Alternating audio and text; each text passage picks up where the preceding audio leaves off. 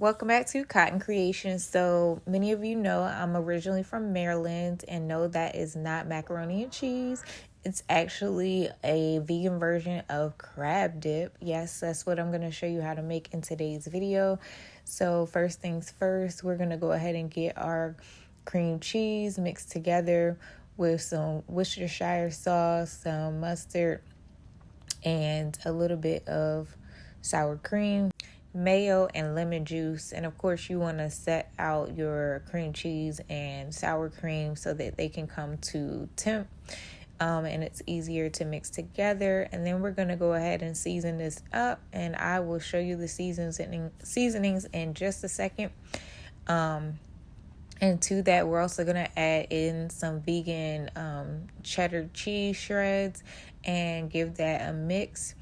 Now, for the substitute today, we're going to be using a couple of substitutes. The first is going to be Hearts of Palm. This one's in brine, so you want to make sure you give it a thorough rinse. So you want to rinse it in cool water about 10 times. And then we're going to go ahead and give this a rough dice. We don't want these pieces to be too small because these are supposed to look like lump crab meat in the dish, so you don't want to mince them or make them too small.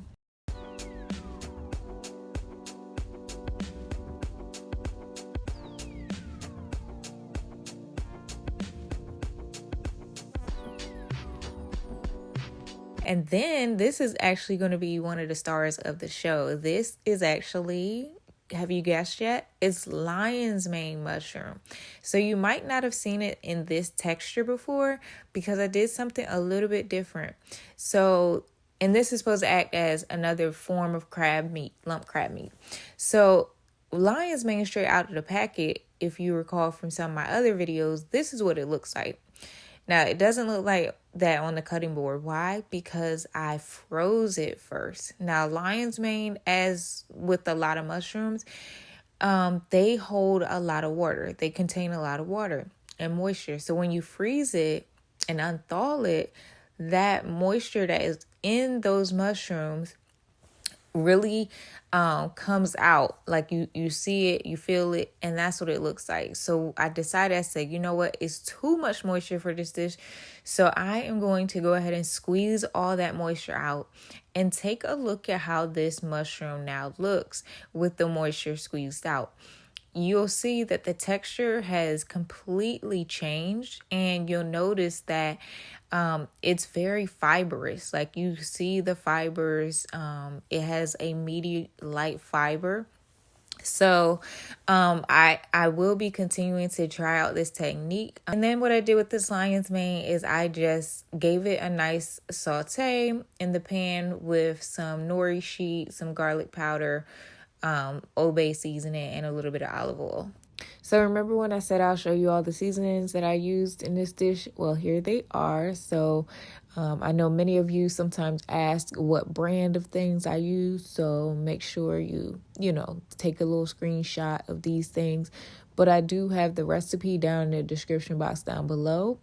And then what we're going to do with our mixture is we're going to add this to a greased pan, and we're going to smooth it out. We're also going to be adding some additional cheese on top, vegan cheese that is, but if you're not vegan, of course, use whatever cheese you want. And then I'm also going to sprinkle it with some Old Bay seasoning just to make sure that that flavor is coming through.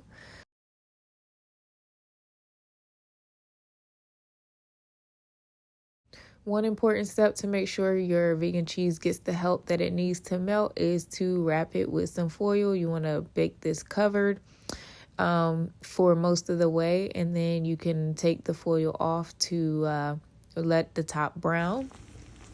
But this is what it's looking like when I take off the foil, and like I said, I will let the top brown a little bit. And then just take it out, let it set so it can cool, or let it cool so it can set. And then it's ready to dig into. So enjoy this with crackers or bread, like sourdough bread or baguette, things like that. And that's it for this recipe. So if you like this video, give your girl a thumbs up. Thanks for watching.